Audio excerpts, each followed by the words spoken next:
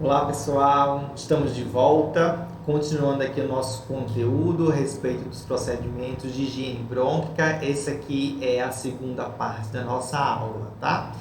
Nesse momento eu vou falar com vocês sobre os procedimentos chamados convencionais, tá? Vale aqui chamar a atenção que atualmente nós temos essa divisão entre os procedimentos que são considerados convencionais, né, clássicos, e aqueles procedimentos que são chamados ou considerados contemporâneos, tá? Então, a princípio, para essa segunda parte da nossa aula, eu vou falar um pouquinho sobre os procedimentos convencionais, certo? O primeiro deles é a chamada drenagem postural. Pelo próprio nome, como o próprio nome já diz, nossa, quase não sai. A drenagem postural nada mais é o uso de uma determinada postura para realizar a drenagem de secreções ou a drenagem de muco, tá? Então, envolve o uso da gravidade e da energia mecânica para auxiliar a mobilização das secreções de um segmento ou de um lobo pulmonar para vias aéreas mais centrais, ou seja, até a altura da carina, onde então, assim, elas vão poder ser removidas através da tosse ou da aspiração. Então, o objetivo central da drenagem postural é exatamente utilizar dessas posturas gravitacionais com a finalidade de direcionar, encaminhar, tá? Com o posicionamento gravitacional, ou melhor dizendo, antigravitacional, e empurrar essa secreção, direcionar essa secreção para as vias aéreas mais centrais, onde há sim a possibilidade de depuração ou de eliminação. Tá? E aí, gente, o objetivo é promover a expansão pulmonar. Obviamente, a gente sabe, se nós virmos na primeira parte da nossa aula, que se há uma obstrução de secreção, né, obstrução causada por secreção, seja ela parcial ou total, se há comprometimento da ventilação, se eu removo essa secreção, a melhora da ventilação. Então, a gente consegue expandir o pulmão porque ele consegue ventilar melhor. Melhora também a oxigenação e também impede que haja retenção de secreções. Além do mais, há uma redução da estase venosa, uma vez que esse paciente ele é posicionado algumas vezes com os membros superiores em elevação, e a prevenção também de úlceras de decúbito por conta das mudanças de posicionamento. Obviamente, esses dois pontos finais de objetivo, eles são objetivos secundários para o caso da fisioterapia respiratória. Nós aqui temos como ponto central o objetivo primordial, de fato, o item 1, promover a expansão, melhorar a oxigenação e impedir que haja mais retenção de secreção, tá? E aí é importante dizer que existe uma certa variedade de posições e nós temos que manter cada uma dessas posições para poder ter de fato um efeito mínimo em torno de 3 a 15 minutos. Então essa é a recomendação. Com relação a isso, eu preciso saber que os pacientes a quem eu indico a drenagem postural são pacientes que possuem, em sua maior parte, secreção em grande volume, né? Como pacientes com fibrose cística, pacientes com bronquiectasia. Mas qualquer outra pessoa que esteja com uma condição pulmonar que curse com hipersecretividade ou que esteja com dificuldade de eliminar essas secreções, eles também podem fazer ou podem ser indicados para eles a drenagem postural. Agora a gente tem uma observação nesse sentido. Veja só, eu falei para vocês na primeira parte que a bronquiectasia e a fibrose cística são doenças que geram um aumento muito grande, né, exagerado de secreções pulmonares, de muco. Então, essas duas, de fato, elas se beneficiam mais da técnica de drenagem postural em comparação às outras. E por que a gente se refere a isso? Porque o melhor benefício da técnica é de fato com indivíduos que possuem um volume maior de secreção. Então a gente considera que volumes diários acima de 30 ml, né, volume de secreção de muco pulmonar, é um volume minimamente ideal para poder obter um benefício com a técnica de drenagem postural, tá? Então é importante levar isso em consideração. eu preciso alertá-lo sobre uma das posições, que é a chamada posição Trendelenburg. Essa posição Trendelenburg é aquela posição onde o paciente está com os pés acima da cabeça. É quando as pernas estão mais altas do que o resto do corpo. Então é como se tivesse os pés para cima e a cabeça para baixo.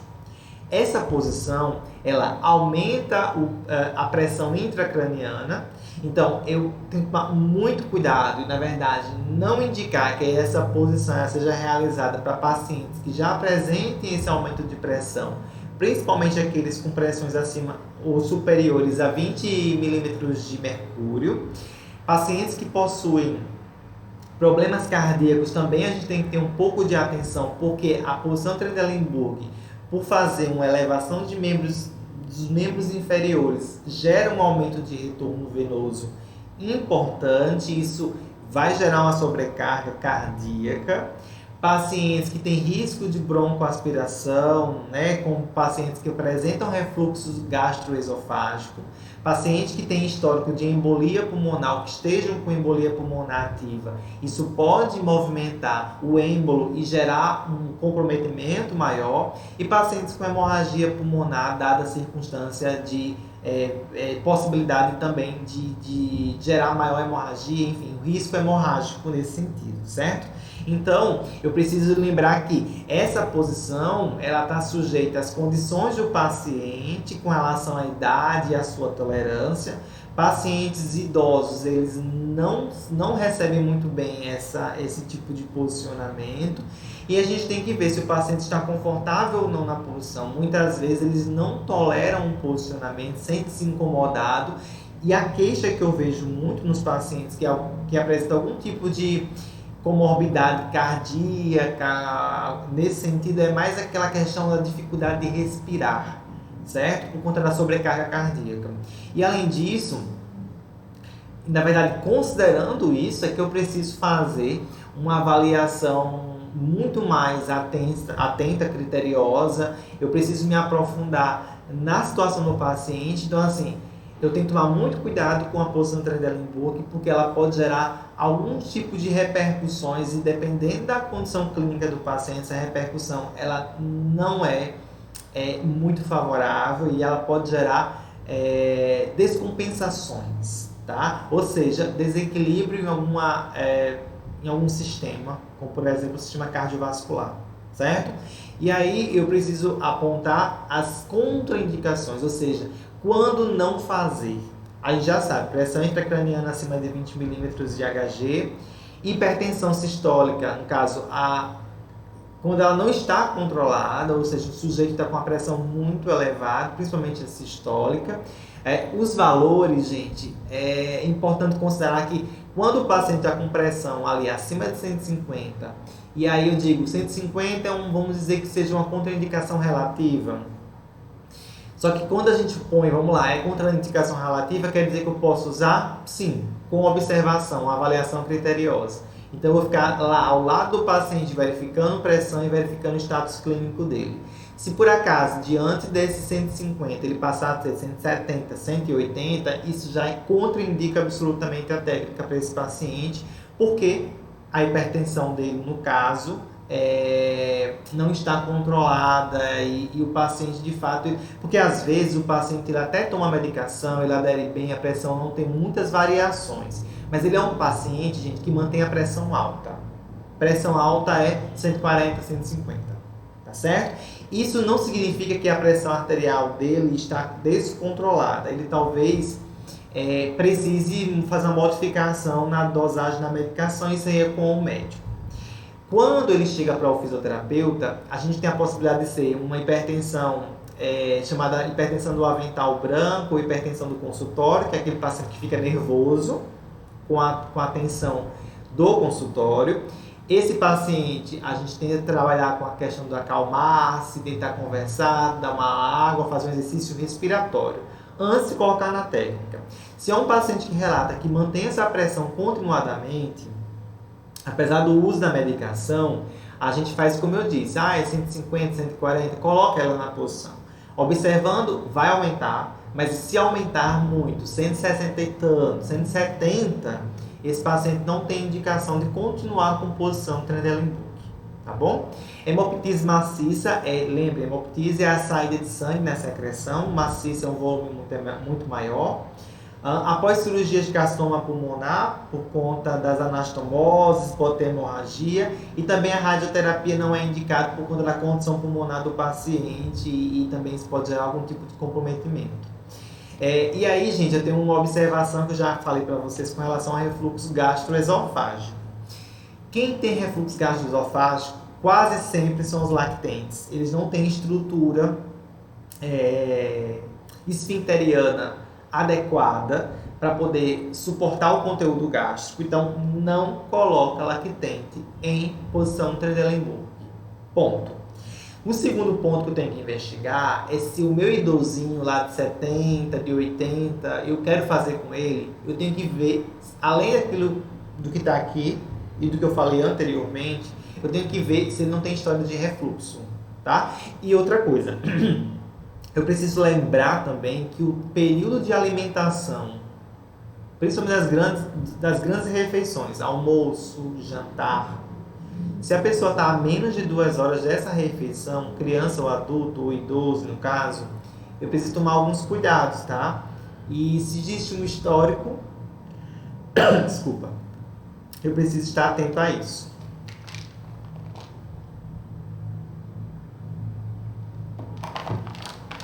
Só para complementar, histórico de refluxo gastroesofágico, tá? Para ficar claro. Então, gente, para a gente fazer essa técnica, eu preciso falar uma coisa. Lembrem-se que tudo que a gente faz aqui na parte de respiratória, tudo não, mas quase tudo, e principalmente aqui na parte de higiene brônquica, eu preciso saber a ausculta pulmonar, eu preciso auscultar o pulmão do paciente, eu preciso ver se tem ruído. Lembra na aula de ausculta que foi para vocês que quando eu vou fazer uma ausculta normal, eu não preciso colocar o lobo ou o segmento anatômico pulmonar. E de fato eu não preciso. Mas quando eu faço a ausculta, eu tenho uma noção durante a minha ausculta de que área anatômica eu estou auscultando. Quando eu identifico uma ausculta ruidosa, uma ausculta anormal, patológica, não patológica, mas uma ausculta ruidosa, anormal, eu preciso saber onde está esse ruído. Principalmente se eu quiser fazer drenagem postural com esse meu paciente. Ou algumas outras técnicas convencionais, a maior parte delas. Eu preciso saber muitas vezes, qual segmento pulmonar. Lembrem-se, vocês viram isso na aula de anatomia do sistema respiratório.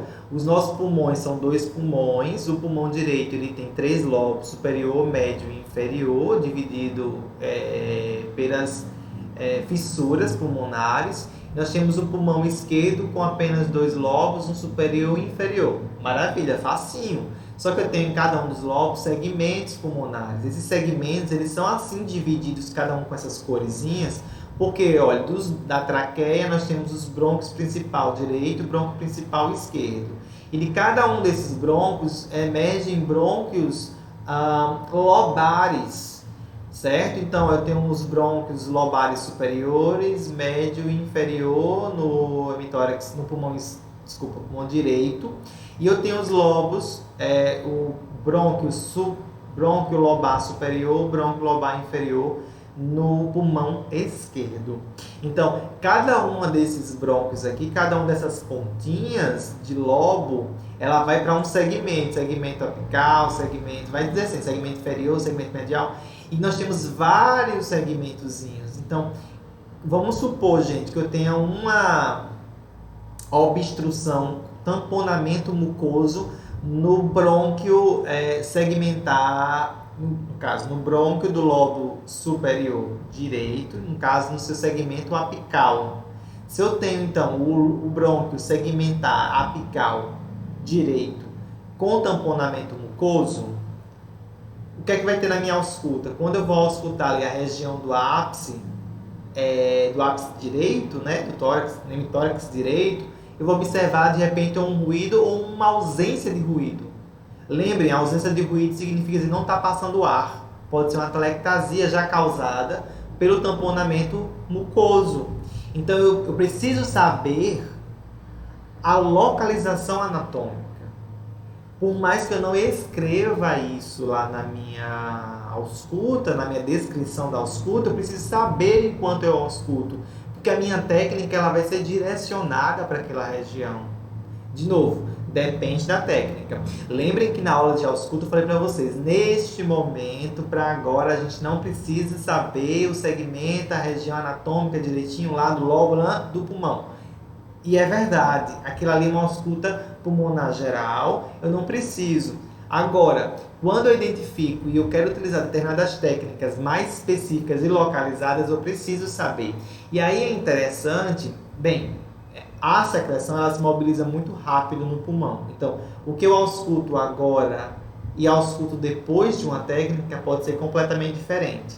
Então, a gente pode registrar, a gente deve registrar várias auscultas ao longo de uma terapêutica, ao longo de um dia de atendimento, tá? Mas, e é interessante, na verdade não é mais, e é interessante que eu de repente coloque, se eu tiver essa identificação bem plena, bem clara, que eu coloque o segmento ou o lobo que está sendo ruidoso, principalmente se for algo desse tipo. Nossa, um segmento inteiro está silencioso, não tem ruído adventício, aliás, não tem nem murmúrio vesicular. Eu acho que eu falei o contrário, eu falei quando não tem ruído adventício é que não tem ar. Isso não está certo, né? Essa informação está errada. Eu quero dizer o seguinte, quando não há murmúrio vesicular, que é o som normal, isso significa dizer que não está ocorrendo ventilação naquele pulmão, ou naquela parte do pulmão. Tá bom, gente? Ó, de novo, só para a gente ficar claro aqui, que eu acho que eu tinha falado ao contrário, ou errado. Quando eu não ausculto murmúrio vesicular, ou seja, quando está murmúrio vesicular negativo, ausente, isso significa dizer que não está passando ar naquele local, não tem ventilação. E se eu sei que isso está acontecendo no ápice, por exemplo, de um lobo específico, como é o lobo superior direito, eu vou ter como aplicar uma técnica, aí eu vou entender o caso do paciente, já sei que, vamos lá, ele tem bronquiectasia, poxa, então ele tem possibilidade de estar com tamponamento mucoso, então já vou pensar em tamponamento. Então, a ausculta é importantíssima para direcionar isso, tá? E o murmúrio vesicular e o ruído adventício que apresenta naquele local, ele me dá todo o direcionamento, porque lembrem-se, murmúrio vesicular, sibilos, é porque está muito na periferia. Talvez, quando eu ausculto sibilo, não está de jeito nenhum nesse brônquio segmentar. Não está. Se tiver no brônquio segmentar, no brônquio lobar, vai aparecer geralmente roncos, porque é um brônquio de maior calibre, é uma via de maior calibre. Agora estão os bronquíolos, estão as estruturas mais terminais, aí a gente vai ter um sibilo. Então, gente, é importante linkar, associar a ausculta, a clínica, a condição ali do paciente, né? Então, eu tenho que ver isso aqui tudo junto, para poder dar uma identificação e ter um direcionamento para meu atendimento fisioterapêutico dele, tá bom? Então, é importante saber os segmentos aqui para drenagem postural. Por quê? Porque as posições, olha aqui, ó, elas são de acordo com os lobos e os segmentos. Então, por exemplo, se eu quero trabalhar os lobos superiores em seus segmentos apicais, então significa aquele que eu estava mostrando, gente, ó, brônquio segmentar superior, tá aqui, ó. Então, gente, a posição que eu vou colocar o meu paciente é sentado. A posição tá bem feiazinha dele aqui. A gente iria fazer uma posição um pouco melhorada, tá?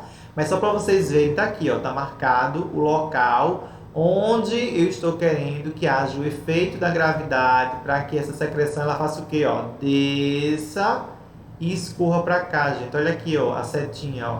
A secreção tá aqui em cima. Ela desce e puxa para onde? Para a carina, tá bem pertinho aqui, ó. E aqui da carina é tosse ou aspiração, o que for.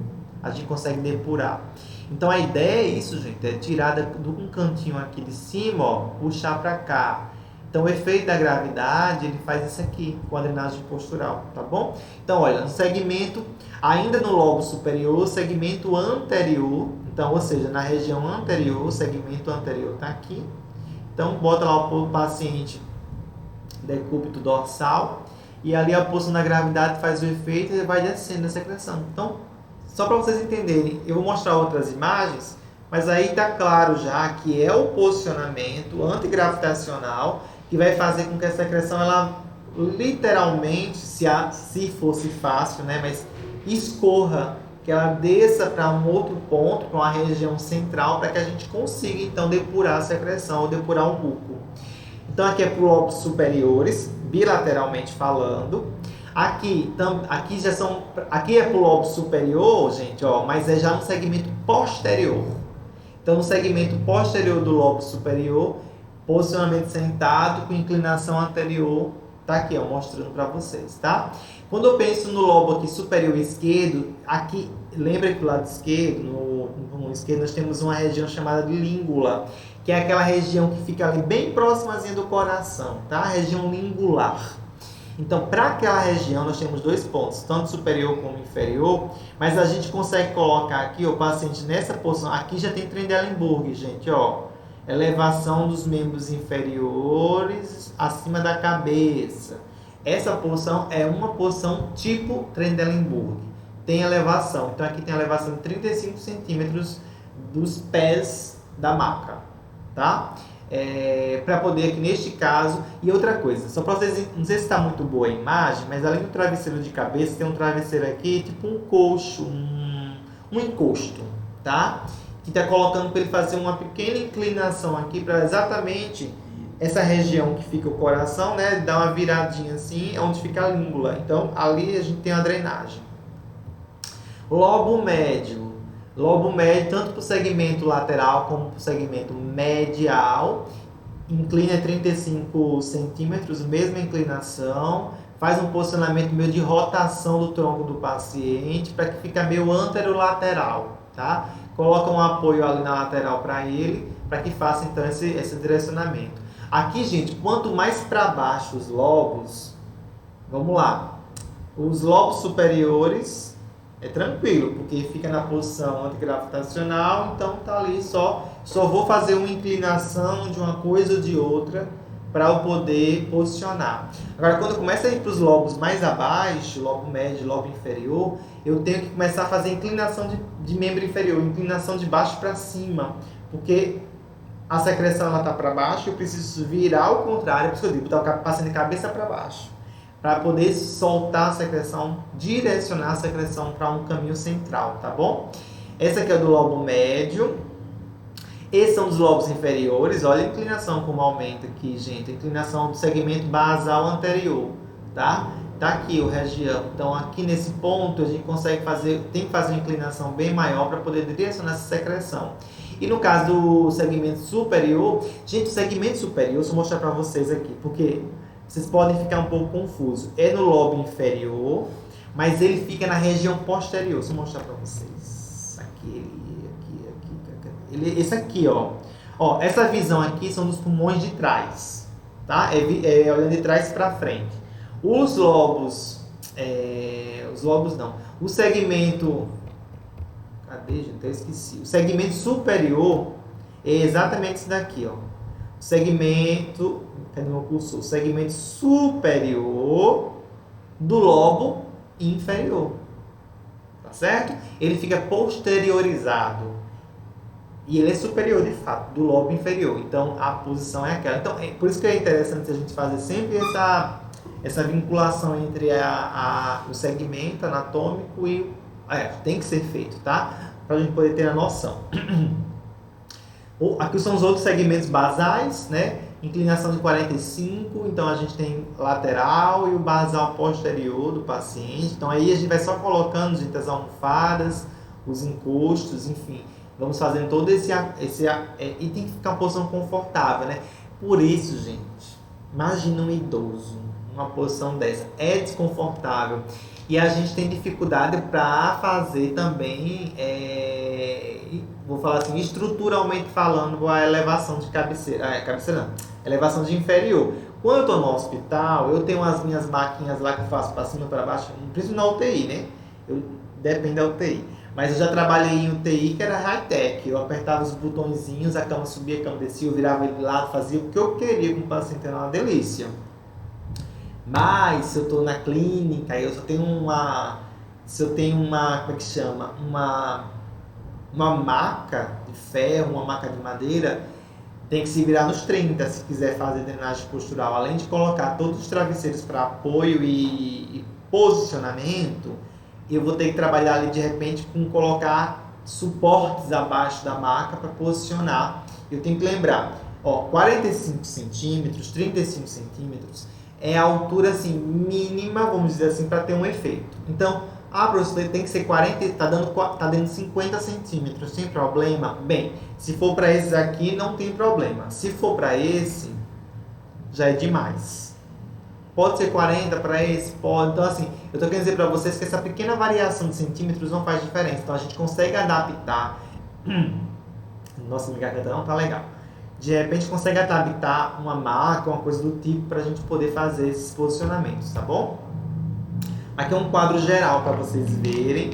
Não sei se dá para ver legal na figura, gente, mas tá aqui a bolinha mostrando o local onde eu estou auscultando o ruído. Olha, se eu estou auscultando o ruído aqui na região posterior, por aí vai, tá bom? Para vocês darem uma olhada depois. Eu tenho um material, uma cartilha, eu vou mandar para vocês. Eu vou só atualizar, finalizar a atualização dela e mando para vocês acompanharem todos os procedimentos desobstrutivos, expansivos, enfim, todos esses procedimentos.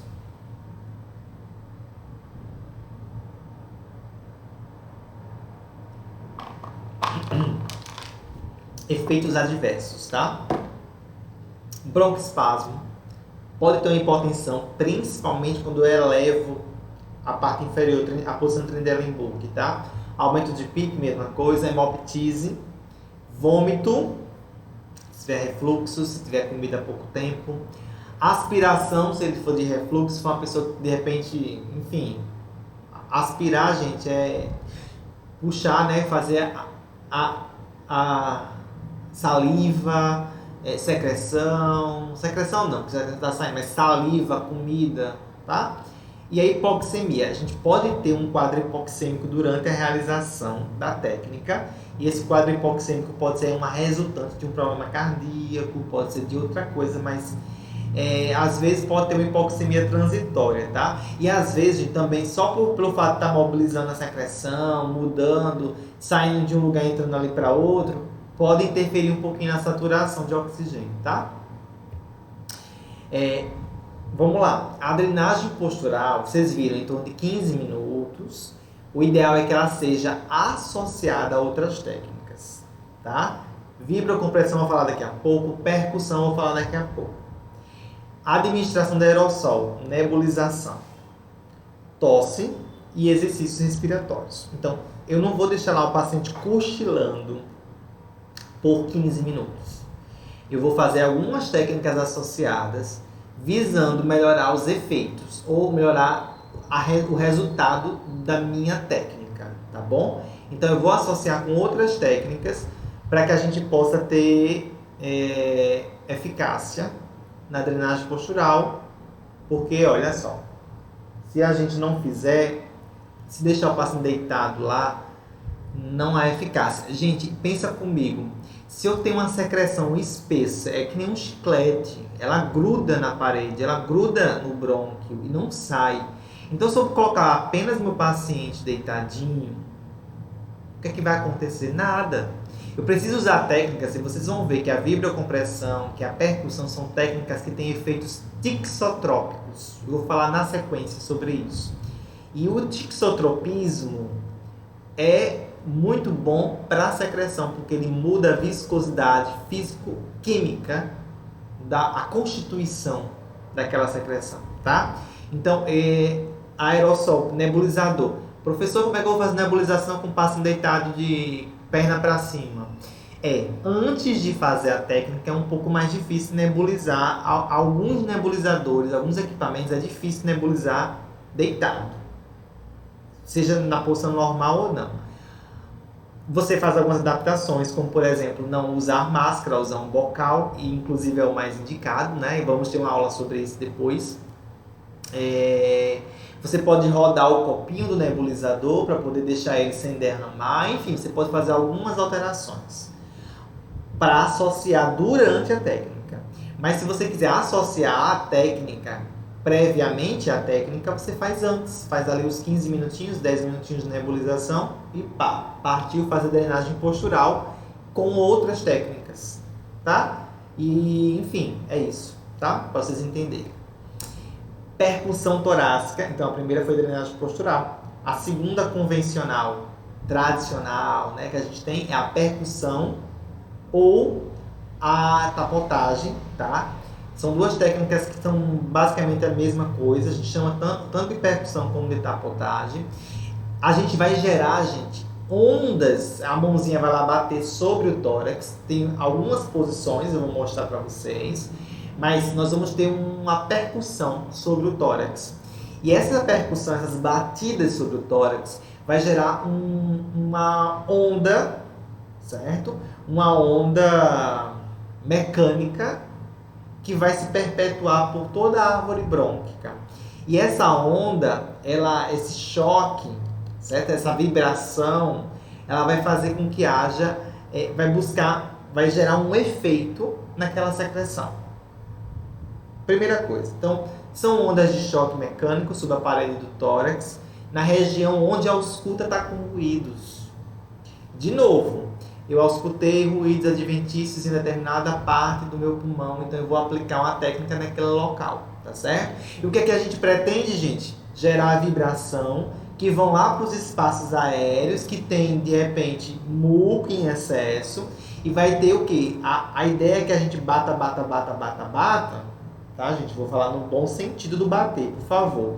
Percuta, melhor falando. E aí o que vai acontecer? Isso vai gerar um efeito no muco. E esse efeito auxilia na mudança da constituição desse muco.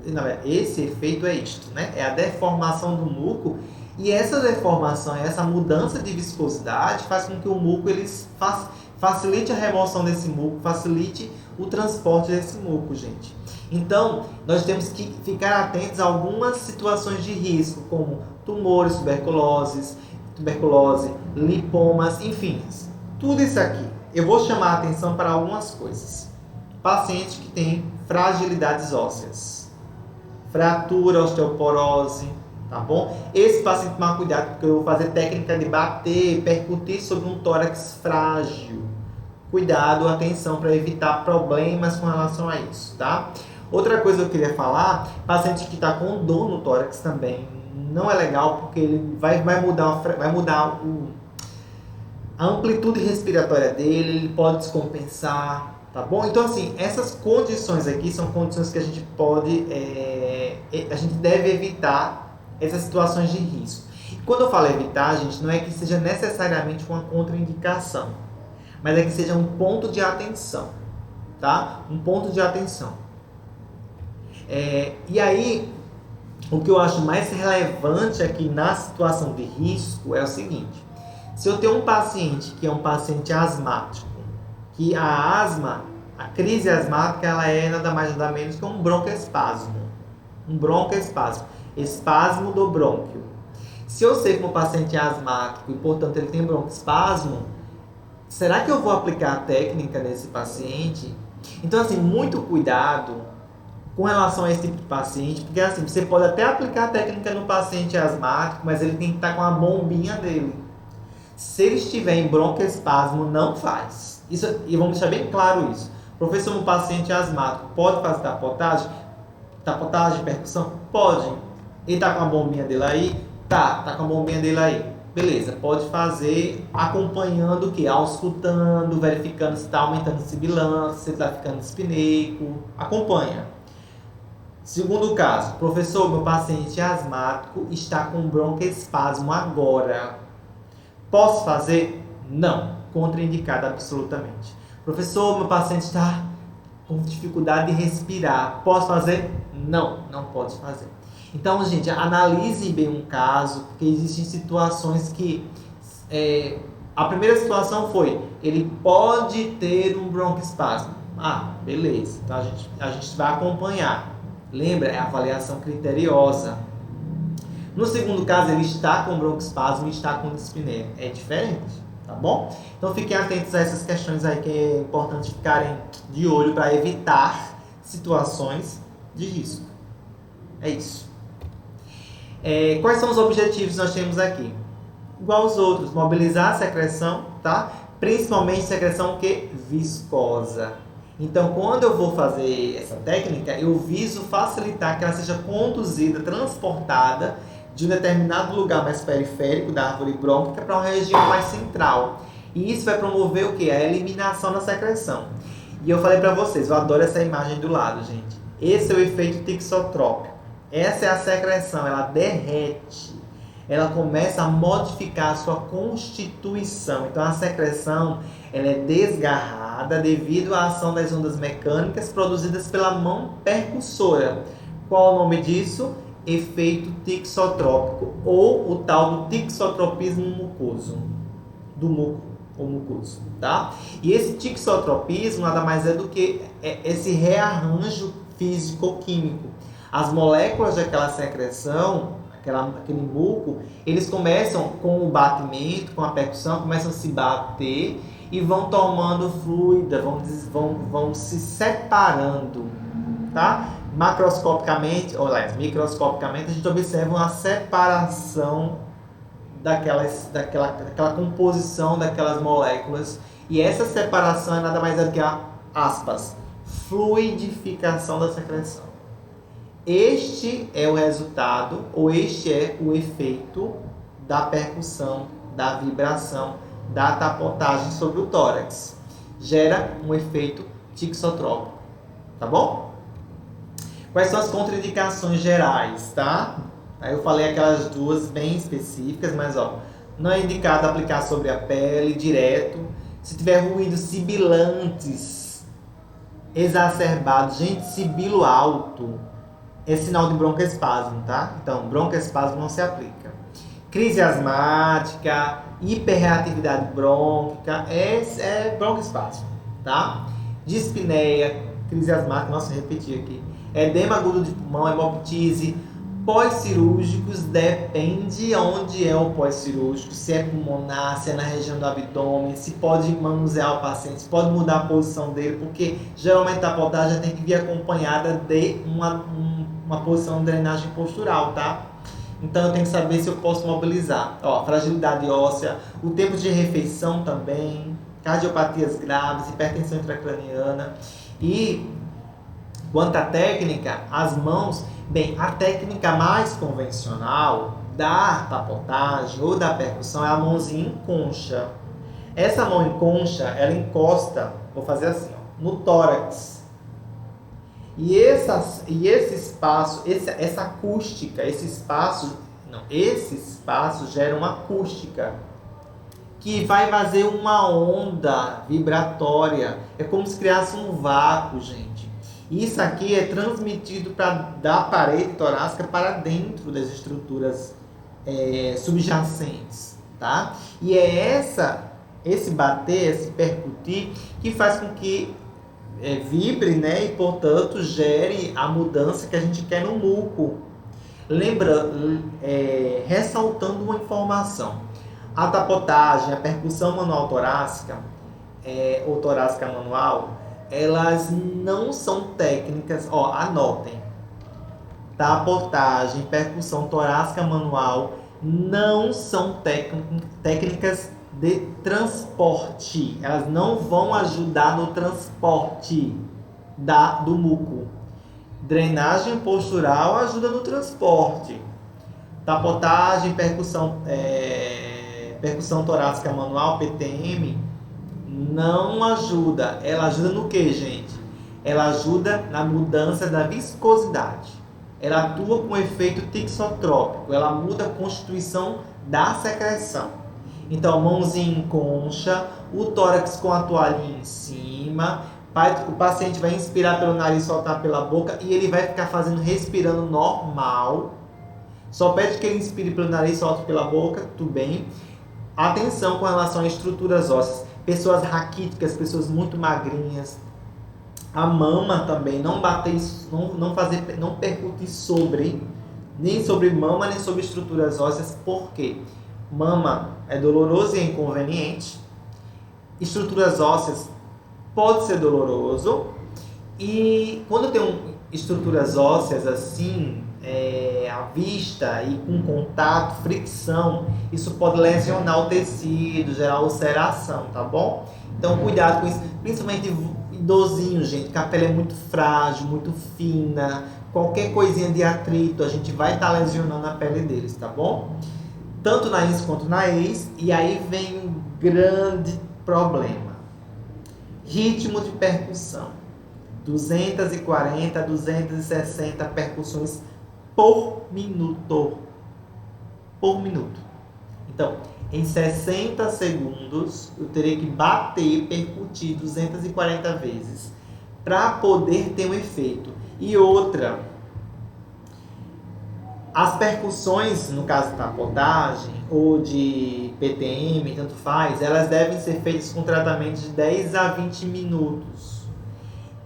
É bastante tempo para percutir 240 vezes, né, gente? Por minuto. Nem fiz a multiplicação, é quantas vezes. Façam para vocês verem. Em 10 minutos, são 2.400 percussões. É muito cansativo, tá? Importante dizer que esse é o tempo mínimo que a gente começa a ter uma observação de resultados importantes. Até durante a técnica, é importante verificar a ausculta, porque essa secreção ela vai mudando de posição. E ela está mudando de posição não porque a técnica transporta, mas porque a técnica... Lembra do chiclete que eu falei para vocês? É como se fosse um chiclete que adere na parede. Se o chiclete está preso aqui ou bate aqui, o chiclete cai. Ele cai e segue. Se ele cai e segue, eu não fiz o transporte, eu só soltei. Então eu solto a secreção. Aí ela sai, né, gente? Ela segue o rumo dela. Pronto, ausculta direto para poder ver se mudou o som. Mudou o som, não tá mais aqui, tá ali. Aí, ó, esse paciente eu faço o quê? Posso de repente estar na posição de drenagem postural e mudando, rotacionando o paciente e acompanhando até ele começar a dizer, eu quero tossir, eu tussa, vamos fazer técnica respiratória, vamos tossir, vamos colocar para fora. E eu lá batendo, percutindo, posição, auscultando, o cara tossindo com um copinho na mão, copinho descartável. Eu falei para vocês isso na aula de avaliação semiológica. Copinho descartável. Gente, eu tive uma paciente, e agora eu não me lembro qual era a doença dela. Eu acho que ou era bronquiectasia ou era fibrose cística. Isso era na minha graduação, para vocês terem noção. Faz muitos anos. Não sou tão velho assim, tá? Mas alguns anos. Pouco mais de 10 anos. E eu lembro muito quando eu fazia tapotagem. Porque tapotagem ou percussão é mal falada, né? Eu vou mostrar pra vocês daqui a pouco alguma coisinha sobre ela. Não é todo mundo que gosta de aplicar e que fica feliz de ver fazendo tapotagens. Mas aí na época... eu fazia, né, na minha paciente, vou dizer para vocês, nunca vi tanto catarro na minha vida. Saía catarro adoidado, gente. Então, assim, era uma paciente com muito volume, né? Então, as técnicas, essas conservadoras, elas são bem legais quando tem muita secreção. Então, tinha muito efeito. Então, e a moça lá com um copinho, secreção, né? E era super eficaz, tá? Aqui, gente, para vocês terem só uma visão, uma variação da técnica, tá? A técnica ela pode ser feita, ela é geralmente feita com a mãozinha em concha, mas ela também pode ser feita com o punho cerrado ou o punho fechado assim, ó. Porque com mãozinha, a técnica tem que ser assim, tá? O que mexe, na verdade, gente, é o punho. Aqui, ó. A mãozinha quando tá fechada, com os punhos cerrados, esse é o movimento. Bilateralmente, tá bom? Qual é a efetividade? Vamos falar disso agora. Primeira coisa. Assim como a drenagem postural, a tapotagem PTN só é melhor, só é mais eficaz com drenagem postural. Então tem que colocar o paciente, porque elas não transportam, elas liberam. O tempo de execução é limitado, porque a gente tem dificuldade em manter esse tempo, cansa, né, gente? Os pacientes hipersecretivos, qual é o problema? Primeiro, os pacientes têm que serem bem hipersecretivos, com volume de secreção superior a 30 ml por dia. Isso é um ponto. Tem que ter secreção copiosa. Um segundo ponto é que tem que estar na ausência de broncoespasmo. Então, eu tenho que tomar cuidado, porque às vezes meu paciente hipersecretivo, ele também tem hiperresponsividade, ele também pode ter broncoespasmo. Lembra que eu falei para vocês que o fato de ter um corpo estranho, uma secreção, estimula mecanorreceptores? Então, isso pode gerar estímulos no brônquio e o brônquio fica hiperativo, contraindo. E isso contraindica a técnica, porque se eu fizer a técnica com broncoespasmo, vai aumentar ainda mais o broncoespasmo, tá bom? Efeito questionável em lactentes, porque o lactente ele tem um tórax muito flexível, muito instável. Então, quando a gente bate, e é um tórax de um adulto, ele consegue bater e perpetuar uma onda de choque, uma onda de vibração. No lactente, a percussão ela não é legal, porque o tórax é tão flexível que ele é maleável, ele se adapta, certo? E aí, pronto, só fazer uma passagem aqui. Aí a gente termina a tapotagem. Eu vou falar daqui a pouco sobre a eficiência delas, mas a tapotagem, ela por muitos anos, ela ainda é uma técnica que tem muita dúvida sobre ela, sabe?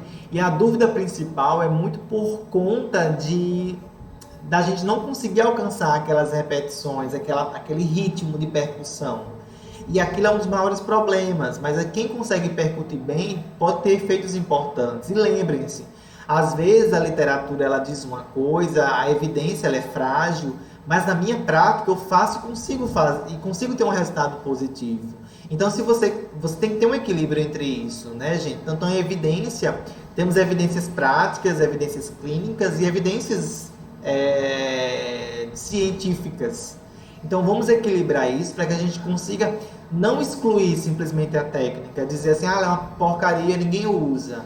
Hoje poucas pessoas usam, mas por que poucas pessoas usam? Então, será que é um problema de manual? É uma dificuldade minha de fazer? Tá? Então é bom pensar sobre isso antes da gente simplesmente se negar a fazer a técnica. A outra técnica que eu quero mostrar para vocês, a última das convencionais, é a vibrocompressão. Então, ela é uma técnica resultante da contração isométrica dos antagonistas e antagonistas do meu antebraço. Então, eu faço isso sobre o tórax. Então, a tetanização é o quê? É a contração desses dois grupos musculares.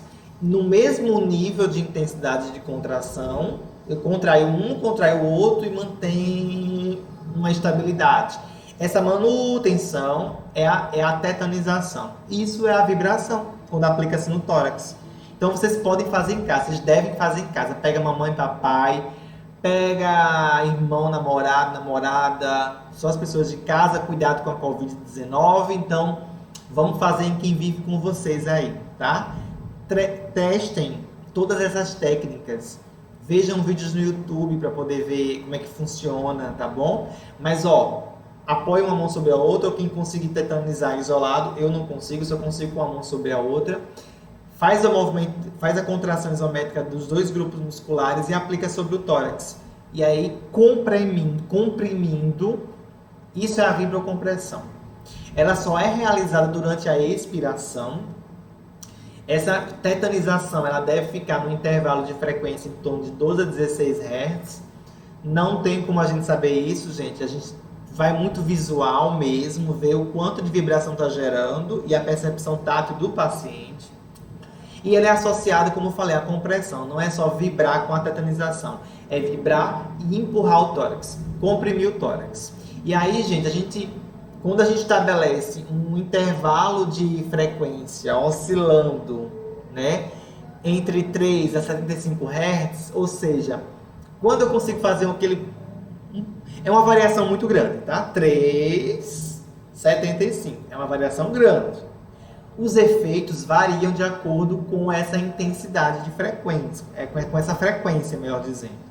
Então, os efeitos fisiológicos deste intervalo de frequência, eles variam de Aumentar o pico de fluxo respiratório é ótimo para poder eliminar. Aumento do fluxo respiratório, jogando secreção que vem dessa região de faringe, orofaringe para fora. Diminui a viscosidade da secreção. Por que, gente? Vocês já sabem, me digam. Por que diminui a viscosidade da secreção? Porque é que a vibrocompressão diminui a viscosidade. Não é por conta da compressão. A compressão aumenta o fluxo respiratório. A compressão ajuda a eliminar. A vibração gera efeito tixotrópico. Tá bom? A otimização do mecanismo da tosse via estimulação mecânica de vias aéreas. Então, quando a gente começa a vibrar e comprimir, o paciente se ele tem secreção, ele começa a ter estímulo mecânico e a gente começa a ter tosse do paciente. O paciente tosse e começa a expectorar, ou seja, é maravilhoso, tá? Aí vamos lá. Como fazer? Será que a diferença entre essas duas efeitos são iguais? Gente, vibrocompressão não é força, é jeito.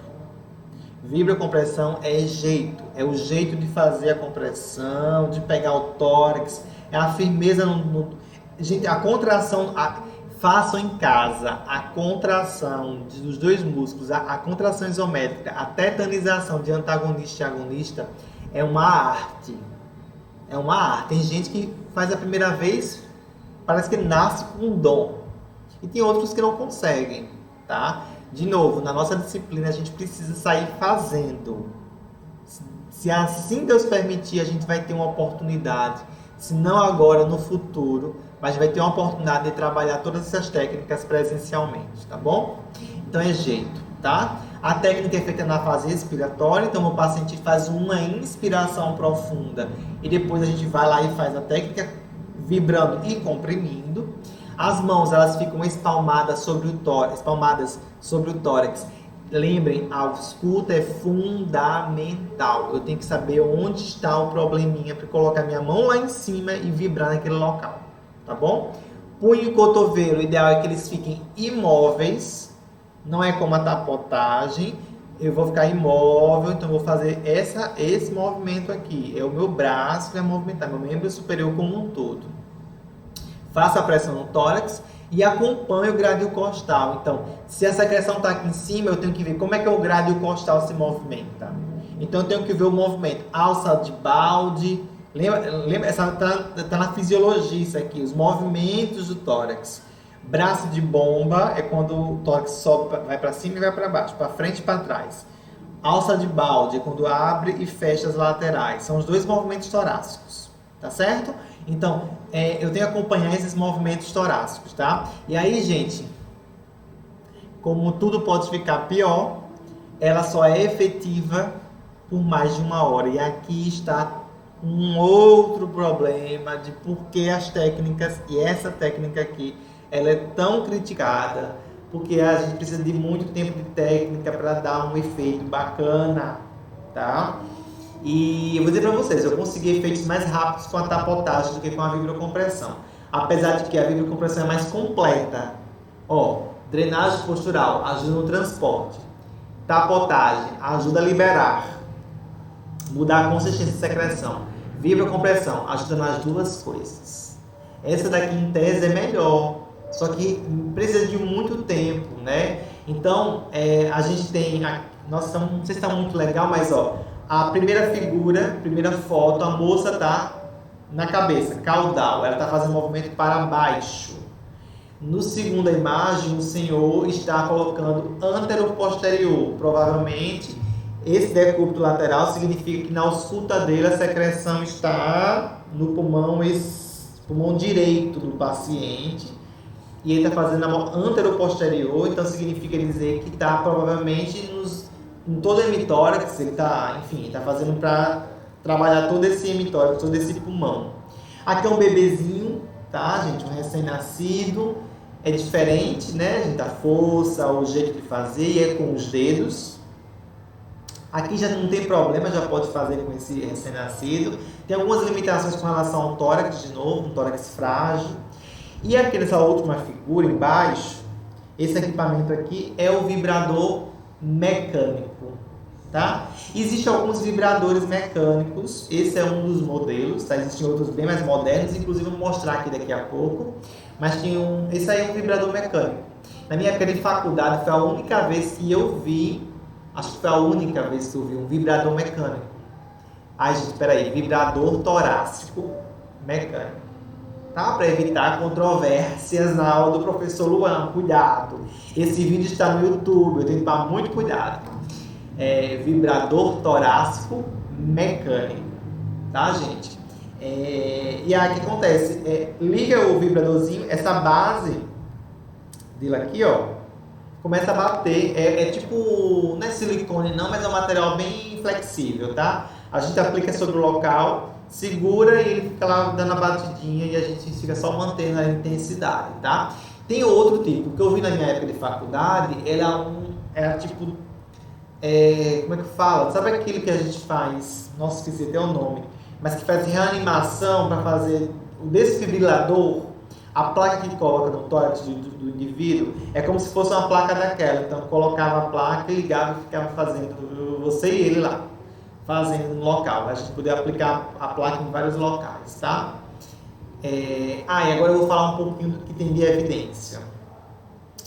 A primeira delas é de 1991, foi tipo assim, década de 80, 90, foram os primeiros estudos analisando as técnicas convencionais. Eu vou falar de evidência das técnicas convencionais. Esse estudo aqui, o estudo de Gallon, ele avaliou a percussão torácica no tratamento de pacientes com produção de secreção copiosa, então hipersecretivos, tá? E o que ele viu, gente? Que é o resumo do artigo dele. Então, o efeito da percussão torácica manual foi estudada em apenas 9 pacientes hipersecretivos. O tratamento consistiu em drenagem postural e expiração forçada. Eu vou falar para vocês daqui a pouco, no próximo vídeo, sobre isso, expiração forçada. Produzindo eliminação de secreção, uma taxa de eliminação de 0,83. Então, ó, drenagem postural mais expiração forçada. A gente, expiração forçada é tipo uma tosse, tá? Então, como se o paciente tossisse. Só drenagem e a expiração forçada sai 0,83 gramas por minuto de secreção. Quando a percussão foi incluída, cadê o cursor? No tratamento, a taxa de expectoração foi significativamente maior. Inicialmente, de 1,231 gramas para a percussão rápida, o ritmo, tá? E 1,04 para a percussão lenta. A função pulmonar e a saturação de oxigênio não se alteraram com o protocolo. Esse estudo demonstrou que a percussão manual é útil na drenagem postural, aliás, como adjunto, como coadjuvante. Na drenagem postural é útil como coadjuvante, na drenagem postural e na expiração forçada para tratamento de pessoas com hipersecretividade. Então esse é o primeiro estudo que falou que a percussão foi legal, tá? Que a percussão torácica manual é boa, é positiva, tá? Obviamente, gente, eu mostro para vocês 9 pacientes. O problema desses estudos foi que eles têm metodologia fraca e é por isso que são tão criticados, tá? Outro estudo aqui, já mais recente, cadê? De 2009. Esse estudo é lavagem completa do pulmão, no caso de proteinose alveolar. Proteinose alveolar, gente, é uma doença pulmonar até rara. A gente não estuda, né, na fisioterapia, assim, no curso, mas é uma doença pulmonar, tá? Que é isso, gente? Percussão, né, batidas manuais versus percussão mecânica, percussão torácica mecânica. Então, vamos lá. A proteinose alveolar é uma incomum doença pulmonar presente primariamente ou presente ou apresentada de forma primária ou secundária, caracterizada pelo acúmulo de material derivado de surfactante nos pulmões. O tratamento mais efetivo permanece ou mantém-se sendo a lavagem dos pulmões, com anestesia geral. Então, nós recentemente realizamos a lavagem dos pulmões em uma pessoa de 46 anos, um paciente que tem proteinose alveolar, tem dispneia severa e hipóxia. Então, durante a lavagem do pulmão direito, o fluxo aéreo, na verdade não o fluxo, o fluxo aéreo expiratório, né, foi realizado, ou a aceleração do fluxo, ou melhor dizendo, a eliminação do fluxo foi realizado por técnica manual e por técnica mecânica de percussão, para a limpeza das vias aéreas, tá? Aqui, para limpeza, lembra que a parte falei clerância, para a clerância do sistema aéreo. Então, a proteína e o surfactante foram concentradas, foram realizadas 3 sucessivas amostras de lavagem do pulmão esquerdo, e mostrou-se um declínio exponencial, não havendo diferenças entre a técnica aplicada manualmente e a técnica mecânica. A média de concentração da proteína surfactante não foi diferente entre as duas técnicas. Então, eles concluíram que na proteinose alveolar, a técnica manual e a técnica mecânica, elas foram eficientes, elas não tiveram diferença, não houve diferença entre as duas técnicas, não sendo indicadas uma a mais do que a outra, né? Deixa eu saber que é isso mesmo. É isso mesmo, gente. E aqui, ó, só para vocês terem noção, esse aqui é o pulmão, o raio-x aqui foi o pulmão que foi avaliado do paciente, né? E aí a gente tem a imagem do pulmão antes e a imagem do pulmão depois. Olha a diferença na tomografia, gente. Antes e depois da lavagem. Por que eu mostrei esse artigo para vocês? Ele não é um artigo de doente respiratório de fibrose cística nem bronquiectasia. Só vou falar aqui uma coisa. Isso aqui foram as sucessivas remoções de secreção deles, tá? Essa mais escura aqui, se eu não me engano, é a técnica manual e a branquinha é a técnica mecânica. Por que eu coloquei isso, gente? Porque esse método, esse artigo, ele mostra que na situação como essa, eu quero saber assim, o que eu quero saber? Essas técnicas eliminam o muco, eliminam o conteúdo pulmonar, sim ou não? Sim. O artigo mostrou, sim, essa técnica elimina. Essa técnica consegue eliminar a secreção, consegue tirar o fluido pulmonar. Pronto. Tem diferença entre as duas? Não. Aparentemente, a técnica manual ela foi um pouco superior, mas não houve estatística significativa, né? Não tem um asteriscozinho aqui, que significa dizer que ela não é tão diferente assim. Mas ela foi um pouco até melhor do que a mecânica. Qual é a limitação do estudo? Só um paciente, tá certo?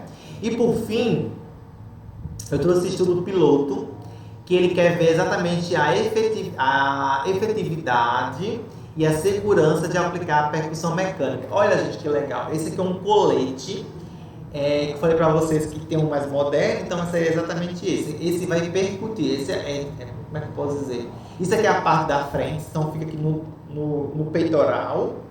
E esse aqui é a parte de trás, tá? É onde amarra. Então, veste assim. E aí, gente, como é que eu posso dizer? Essa parte branca, ela vibra. É só uma percussão, batendo lá, tá? Então, o que é que esse estudo foi ver? Ver se será eficaz e se era seguro para o paciente. Então, eles avaliaram 20 pacientes com média de 64 anos. Esses pacientes foram submetidos a... isso aqui é a técnica convencional. Convencional para eles é vibrocompressão, tapotagem, drenagem postural, tá? Convencional versus percussão mecânica. Então, ele comparou a convencional com a percussão mecânica. Então, Foram 13 homens e 7 mulheres, e 8 estavam com bronquiectasia e 12 com DPOC. Então eles pesaram, eles fizeram um peso, como é que fala? Peso seco, a massa seca da secreção e a massa úmida. Massa seca, eles passam por um procedimento que seca, tira a umidade, tira o líquido e deixa a massa seca. Só a secreção seca mesmo, o catarrinho seco. E no outro caso, que é a secreção úmida, tá? A massa úmida, é a secreção normal. Então eles pesaram, tá? O que eles viram? Olhando aqui a massa seca, induzida pela técnica normal, saiu 0,54 gramas. Foi melhor do que esse equipamento, que saiu apenas 0,40. Houve uma diferença significativa.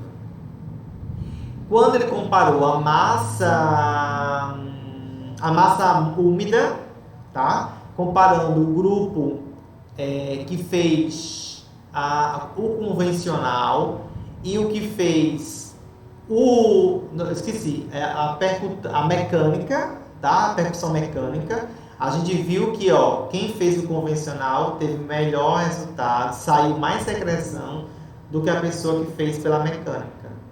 Tá, gente? Vejam que a quantidade de peso é maior porque aqui é úmido, tá com água, né? Tá com líquido. E essa aqui é seca, tá? Tem menos. Então, qual a conclusão? A percussão mecânica, apesar de produzir menos secreção, foi bem tolerada e pode ser útil como coadjuvante na convencional, né? Nas técnicas convencionais. Então, gente, ao final das contas, a gente primeiro vê muitos pacientes nos estudos DPOC, bronquiectasia. Os resultados, eles são inconclusivos ou muitas vezes eles não têm uma grande diferença entre um método e outro. Então, por exemplo, nesse último estudo, eles terminaram dizendo que, apesar de ter saído menos na mecânica, ele é útil para coadjuvante. Então, termina que fica... E aí? Um é superior ao outro? Então, faltam critérios, tá? Mas uma coisa é certa. Não há evidência para o uso ou não das técnicas convencionais. E aqui é que eu digo a vocês, do mesmo jeito que não há metodologia que dê suporte para dizer, poxa, use que o resultado é eficaz, que vai fazer incrível, blá, blá, blá. Do mesmo modo, não há o que prove o contrário. Nenhum estudo até onde eu tenho conhecimento disse, não faça sabotagem porque ele vai gerar dano, vai ser pior e não é bom. Nenhum. Não lembro de ter visto, tá? Então, gente, é importante que a gente tenha em consideração cuidado com relação a esses aspectos, tá? Para que a gente não se exceda e a gente não erre nesse sentido, que a gente pense no nosso paciente, veja a resposta clínica do paciente, tá bom? Bem, aqui eu vou encerrar a segunda parte da nossa aula. Espero que vocês tenham gostado, entendido. Foram as técnicas convencionais, drenagem postural, a tapotagem, percussão manual, né? E a vibrocompressão. Mostrei para vocês se é melhor fazer manual ou mecânica, tá? O resultado tanto faz. Ambas geram resposta. O melhor é associar as técnicas convencionais, a associação de técnicas manuais ou mecânicas. Mas a associação de técnicas parece ter um melhor resultado, drenagem postural mais as outras. Então, é isso que eu gostaria de passar para vocês agora. E eu aguardo vocês no próximo vídeo, que a gente vai falar um pouquinho sobre as técnicas mais modernas, tá? As mais atuais. Um abraço, então, até nosso próximo encontro. Tchau, tchau.